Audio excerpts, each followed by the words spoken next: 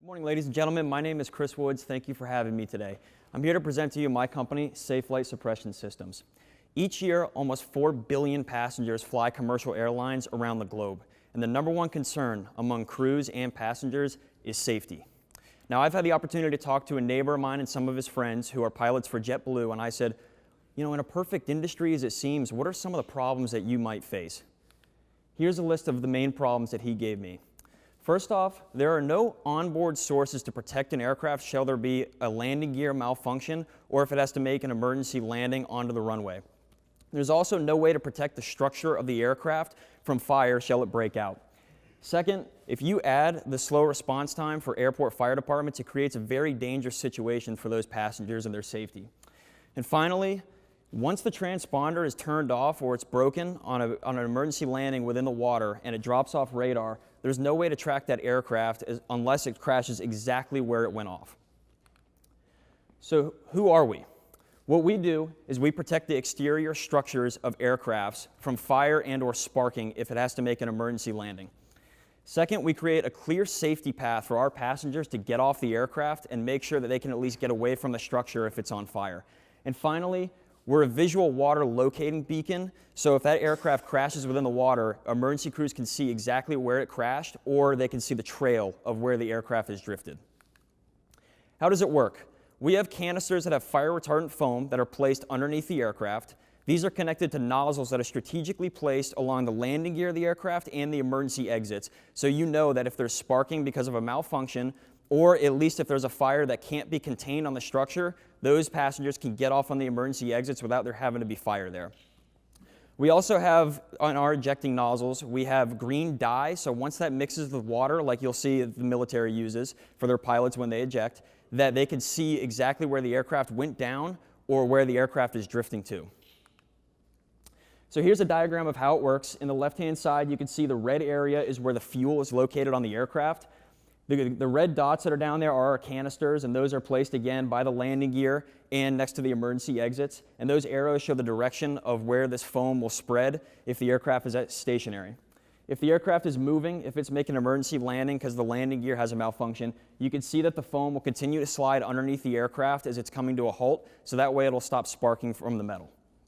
Down here, stationary is another example of the left-hand picture, and that shows the direction. So by the emergency exits here, you can see that at least that area will have foam and the passengers can get off. Here's a few pictures of the technology. The great thing about my idea is that the technology already exists. It exists in kitchens, it exists in hangars, and other areas, especially gas stations use it as well. So the technology is there, it's just applying it to aircrafts. On the left-hand side, if the aircraft is drifting, that's what you will see from emergency responders as they're going to respond on the water. And down here, as we saw, unfortunately, with Malaysian Airlines, if that aircraft happens to make a hard crash landing and we're looking for survivors, it'll make a big area of where that aircraft went down.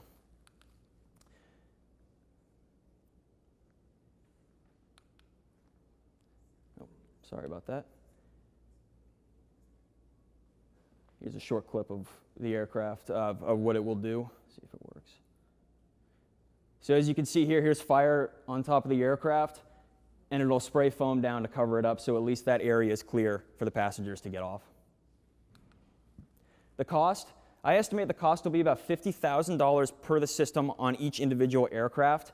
The cost is going to cover the canisters, the piping used beneath the aircraft, the ejector system, as well as coordinating it between the ejectors and the electrical work up to the cockpit, and also the green dye that's placed beneath it.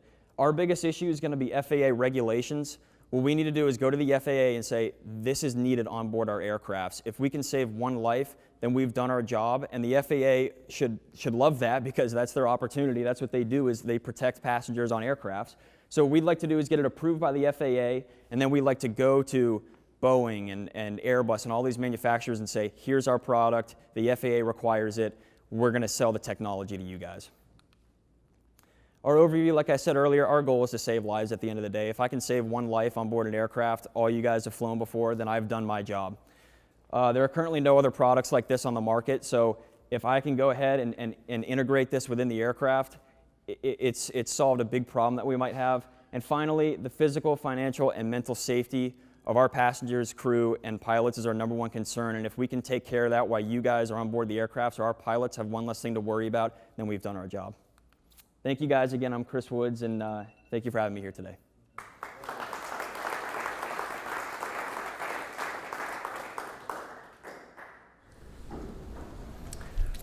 Let me go. Go ahead. Okay. Tell me what is the technology that triggers the canisters from spraying and or ejecting? Like what is that technology? So what we would do on the aircraft is we would create a pressurized system where it's connected with the cockpit electrically. So if right now, currently, if there's an emergency, the flight officer will handle the emergency procedure, and we like to put that into a switch on the procedure. So if he says we got a landing gear malfunction, we're going to spray it as we're sliding, or if he decides that we have to make an emergency landing with no gear, then he can choose when he wants to activate that system. Okay. So it's not a sensor that's sensing the actual smoke or fire, and then it goes off. Okay.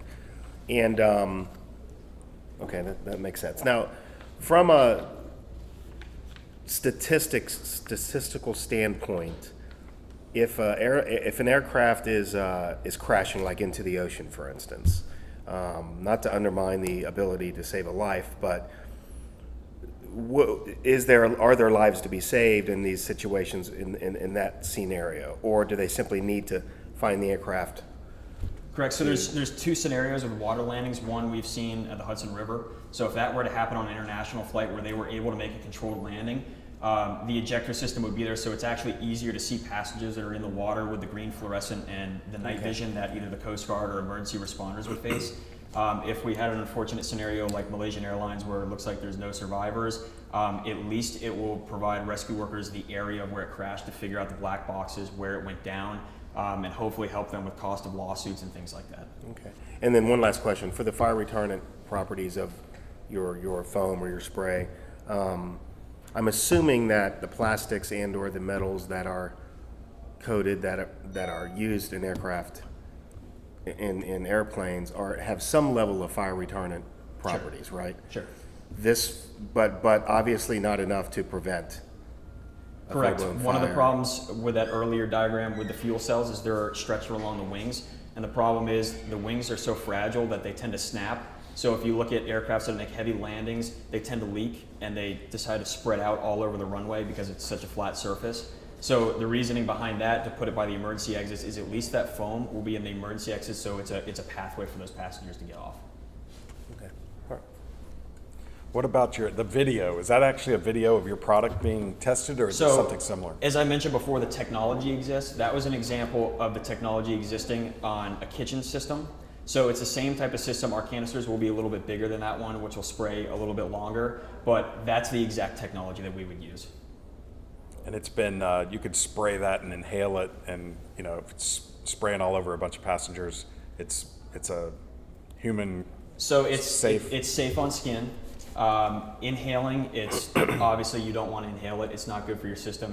One of the biggest concerns is coughing and lung issues. It will not necessarily kill you, but you'll have to get it treated. And the design of it is so if it has to make an emergency landing, it'll either be completely sprayed out during the landing, or in a time period once that plane comes to a rest, the system's going to spray out. It only lasts for about 35, 40 seconds spraying, so the passengers won't have enough time to get off while it's spraying. Do you have access to that technology, or is that proprietary technology?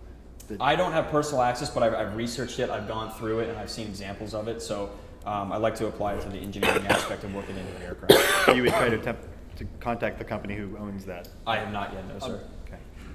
All right. And then, do you know if is this only for, I guess, newly built aircrafts, or would this be able to be installed on You will be able aircraft? to install it. It's cheaper and easier to install it into aircrafts that are being built. I want to put it in the manufacturing process. It's easier for those engineers that are putting it in there, and it's less working cost for the planes having to go later on and do it.